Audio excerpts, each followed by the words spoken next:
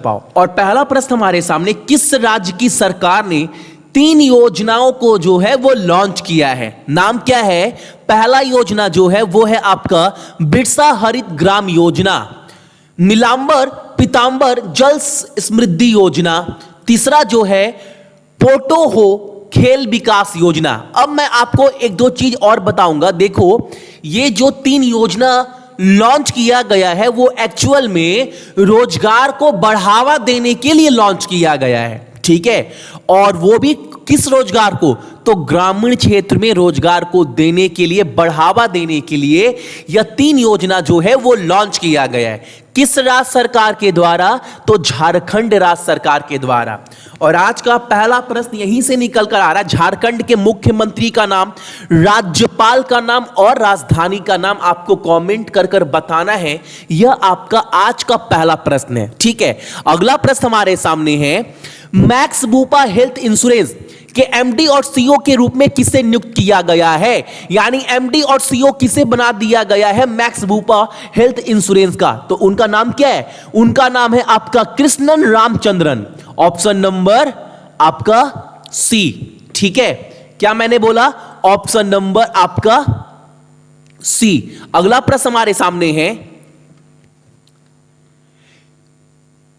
किस भारतीय अमेरिकी, वो कौन सा आदमी है जो भारत में जन्म लिया है लेकिन अमेरिका में रहता है? उसी को बोलते हैं भारतीय अमेरिकी। एट्रॉनी को अमेरिका राष्ट्रपति डोनाल्ड ट्रंप ने अमेरिकी संघीय अदालत के न्यायाधीश के रूप में नामित किया है। बहुत बड़ी बात है।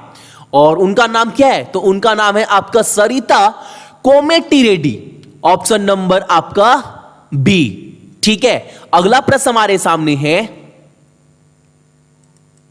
हां, centre for cellular and molecular biology जो आपका हैदराबाद में पड़ता है, इसने कोविड-19 से संबंधित अनुसंधान गतिविधियों को लेने के लिए किस कंपनी के साथ समझौता किया है? जो यह कंपनी है centre for cellular and molecular biology जो हैदराबाद में पड़ता है, इस कंपनी ने ईस्टर्न रिसर्च प्राइवेट लिमिटेड जो बेंगलोर में पड़ता है, इस कंपनी के साथ डील साइन किया है ताकि कोविड-19 पैंडेमिक यानी कोरोना वायरस महामारी से संबंधित अनुसंधान गतिविधियों को लेने के लिए, ठीक है। अगला प्रश्न हमारे सामने, और यह क्वेश्चन काफी इंपॉर्टेंट है। भारतीय नौसेना ने भारतीय नागरिकों को विदेश से वापस लाने के लिए कौन सा ऑपरेशन शुरू किया है? उसका नाम बताना है। और आज के डेट में यह क्वेश्चन इतना पॉपुलर है, इतना ट्रेंडिंग है, आप सभी जगह टीवी सोशल मीडिया में देख पा रहे होंगे और सभी को पता भी होगा। आंसर क्या है? समुद्र सेतु। ऑप्शन नंबर आपका सी, ठीक है। अगला, और हां, इंडियन नेवी के चीफ कौन है? तो सभी को पता है भैया, करमबीर सिंह। अगला प्रश्न हमारे सामने है, किस राज्य की सरकार ने सामाजिक भेदभाव और संगरोध उपायों के बारे में लोगों को शिक्षित करने के लिए एक नया कार्यक्रम शुरू किया है? उस कार्यक्रम को नाम क्या दिया गया है? निगाह, ठीक है। यह किस राज्य सरकार के द्वारा शुरू किया गया है, यह आप सभी को बताना है। और यह शुरू किया गया है आपका Himachal Pradesh. Option number C, Himachal Pradesh राज्य सरकार के द्वारा, ठीक है। अगला प्रश्न हमारे सामने, नाबार्ड ने किसानों को लोन देने के लिए अपने संसाधनों को बढ़ाने के लिए देश भर के राज्य सहकारी बैंक यानी कोऑपरेटिव बैंक और क्षेत्र ग्रामीण बैंक को कितने करोड़ रुपए का भुगतान किया है? किसने भुगतान किया? नाबार्ड।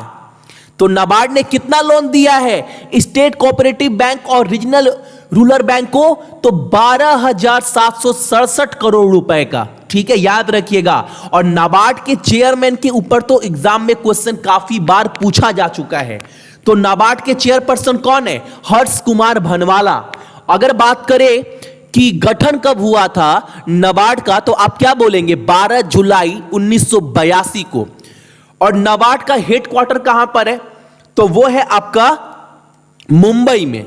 अगला प्रश्न हमारे सामने, विश्व थैलेसीमिया दिवस कब मनाया जाता है? और यह मनाते हैं हम सभी 8 मई को। ऑप्शन नंबर आपका ए। अगर एग्जाम में पूछे वर्ल्ड थैलेसीमिया डे हम लोग कब मनाते हैं तो आप क्या बोलेंगे? 8 मई को। अगला प्रश्न हमारे सामने, तेलंगाना राज्य सरकार ने एक कानून लाया है और उन्होंने बोला है अगर तेलंगाना में लोग अगर मास्क नहीं पहनते हैं तो उनके ऊपर जुर्माना लगाया जाएगा। कितने का जुर्माना लगाया जाएगा यह आपको बताना है। तो तेलंगाना राज्य सरकार जो है अगर वहां पर कोई भी व्यक्ति मास्क नहीं लगाता है और इस कानून को तोड़ता है तो उसके ऊपर 1000 रुपए का फाइन लगाया जाएगा, यानी ऑप्शन नंबर आपका डी।